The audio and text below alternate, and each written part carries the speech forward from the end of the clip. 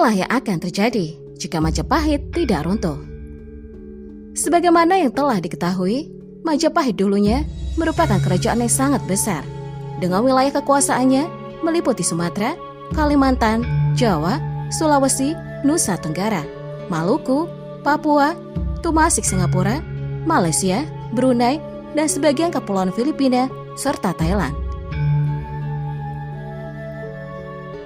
Sebagai kerajaan yang sangat besar, Majapahit tentu dikenal begitu kuat dengan peradaban yang terbilang cukup maju. Namun sayangnya, perang saudara yang disebut sebagai Perang Paragreg membuat kerajaan Majapahit runtuh.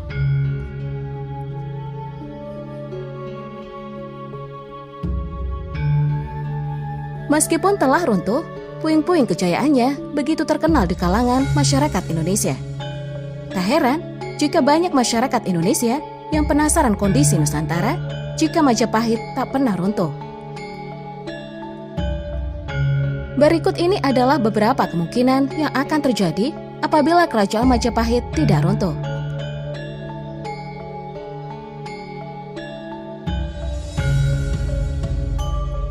1. Pemerintahan akan menganut sistem monarki. Sebagaimana yang telah kita ketahui, nama Indonesia baru muncul ketika masa kolonialisme. Tentu saja, jika Majapahit tetap berdiri hingga sekarang, maka nama Indonesia tidak akan pernah ada. Sebaliknya, negeri ini kemungkinan besar masih bernama Majapahit.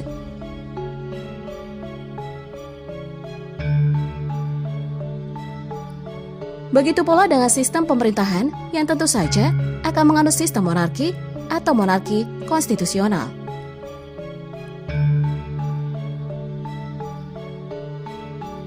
2. Masih menggunakan bahasa dan aksara Jawa.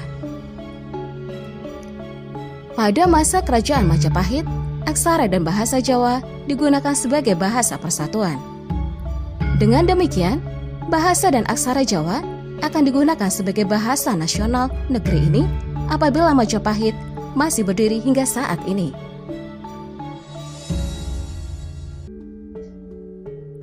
3. Kerajaan Majapahit akan menjadi negara yang amat besar. Sebagaimana yang telah dijelaskan sebelumnya, bahwa wilayah kekuasaan Majapahit mencakup beberapa negara tetangga, yakni Malaysia, Brunei, Singapura, serta sebagian Thailand dan Filipina. Namun karena perang saudara, beberapa dari wilayah-wilayah tersebut yang sekarang menjadi negara merdeka akhirnya melepaskan diri dari kerajaan Majapahit.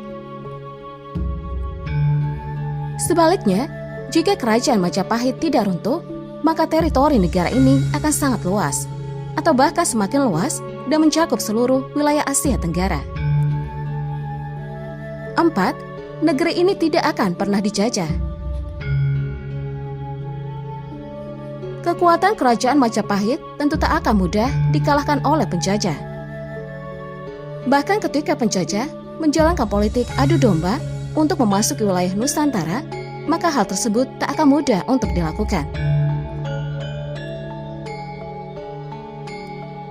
Dengan begitu, penjajahan diprediksi tidak akan pernah terjadi di negeri ini apabila kerajaan Majapahit tidak pernah runtuh. 5. Islam tidak akan menjadi agama mayoritas.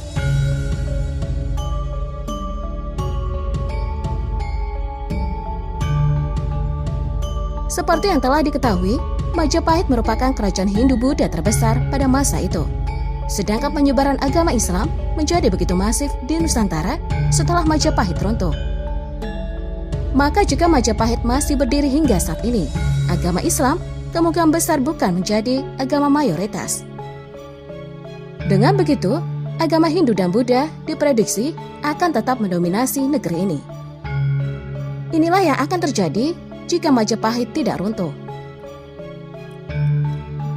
Meskipun demikian, prediksi tersebut bisa saja tidak terjadi apabila kerajaan Majapahit bisa ditaklukkan oleh penjajah dari Eropa pada abad ke-16. Kerajaan Majapahit merupakan kerajaan Hindu-Buddha terakhir di Nusantara antara abad ke-13 dan ke-16. Dalam sejarah, Majapahit dianggap sebagai salah satu kerajaan terbesar dan wilayahnya mencakup hampir seluruh Nusantara. Kerajaan Majapahit didirikan pada tahun 1293 oleh Raden Wijaya, menantu Kertanegara, raja terakhir Kerajaan Singosari.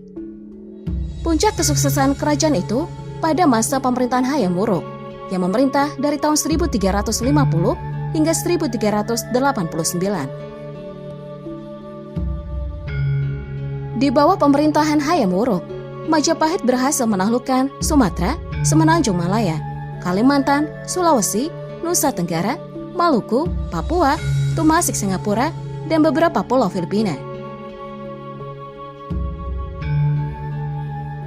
Kerajaan juga memiliki hubungan dengan Kampa, Kamboja, Siam, Burma Selatan, Vietnam, dan China. Sumber sejarah Kerajaan Majapahit dapat ditemukan dalam kitab Negara Kertagama, Pararaton, Kitab Kidung, Prasasti, dan Berita China. Sejarah singkat Kerajaan Majapahit. Konon awal mula Kerajaan Majapahit berdiri setelah runtuhnya Kerajaan Singosari akibat pemberontakan Jayakatwang pada tahun 1292 Masehi. Cucu Kertanegara, Raja Singosari, dikalahkan Jayakatwang yang berada di bawah tekanan, yaitu Raden Wijaya, kemudian melarikan diri. Selama pelariannya, ia menerima bantuan dari Arya Wiraja. Raden Wijaya kemudian membuat desa kecil di hutan Trawulan dan diberi nama desa Majapahit.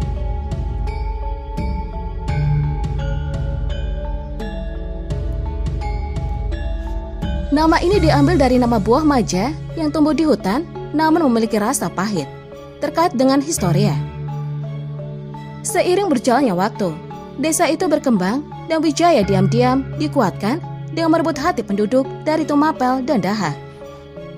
Niat balas dendam Raden Wijaya terbantu lebih cepat ketika pasukan Kubalaikan tiba pada tahun 1293. Setelah mengalahkan Jayakatwang, Raden Wijaya menyerang pasukan Kubalaikan karena tidak mau tunduk pada kekuasaan Kaisar Mongol.